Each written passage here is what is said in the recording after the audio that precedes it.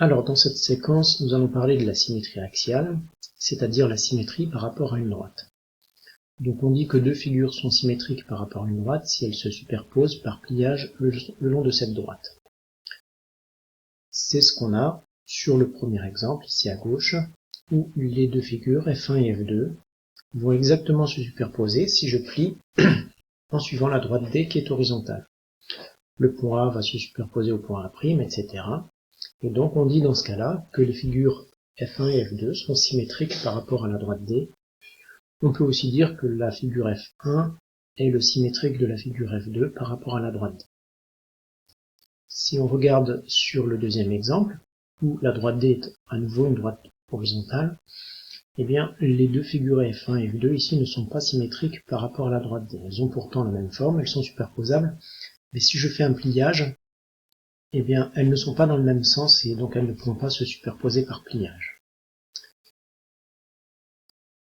Voyons maintenant comment sur le quadrillage on pourrait tracer le symétrique de la figure F1 par rapport à la droite D donc qui est verticale.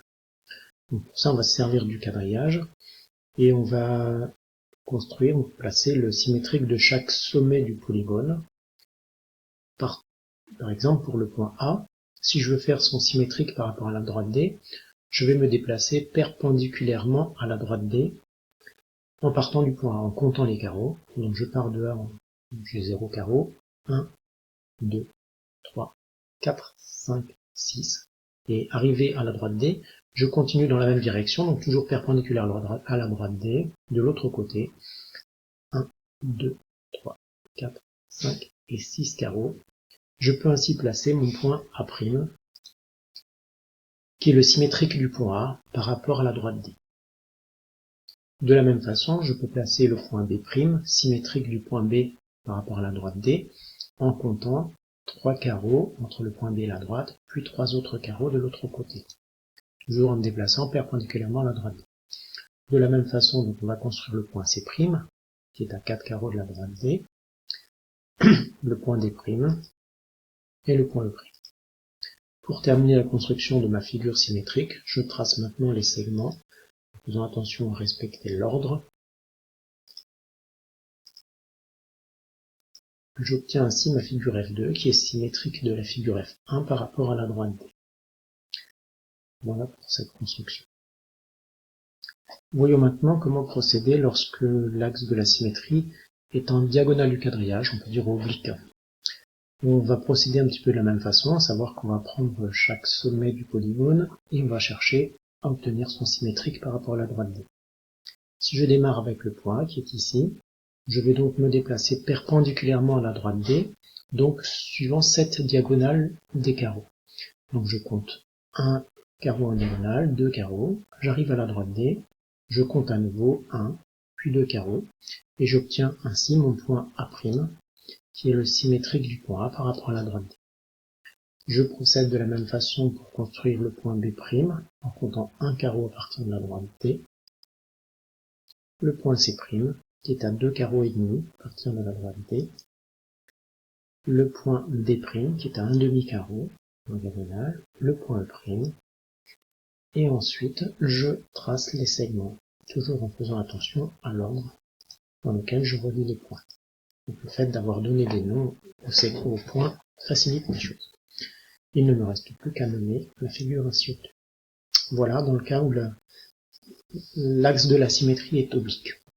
Alors, on peut continuer en parlant des propriétés de conservation de la symétrie axiale. En fait, puisque les deux figures symétriques sont superposables, on peut les superposer par pliage, eh bien, on peut en déduire 4 propriétés de conservation. D'abord, quand on a des points qui sont sur la même droite, les points symétriques sont aussi sur la même droite. On dit que la symétrie axiale conserve l'alignement des points. Ensuite, si je construis le symétrique d'un segment, j'obtiens un segment qui va être de même longueur puisqu'ils sont superposables par pliage. On dit que la symétrie axiale conserve les longueurs. Si je construis le symétrique d'un angle, là encore ils vont se superposer par pliage. On va dire que la symétrie axiale conserve les mesures des angles.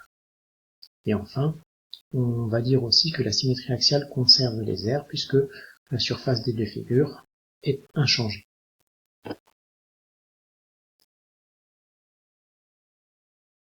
Alors voyons voir maintenant comment on peut tracer l'axe de symétrie d'une figure quand il existe. Pour ça, la technique est relativement simple. On va repérer des points qui semblent être symétriques, par exemple ici les points A et A', et on va placer le milieu du segment A'. Ça me donne un point I. Je fais la même chose avec les points C et C'. J'obtiens un point J, ce qui me permet ensuite de tracer la droite qui passe par les points I et J et qui représente l'axe de symétrie. Alors bien sûr, si jamais deux points ne fonctionnaient pas et n'avaient pas leur milieu sur cette droite-là, on ne pourrait pas dire que les figures ont un axe de symétrie. Voilà pour cette partie sur la symétrie axiale.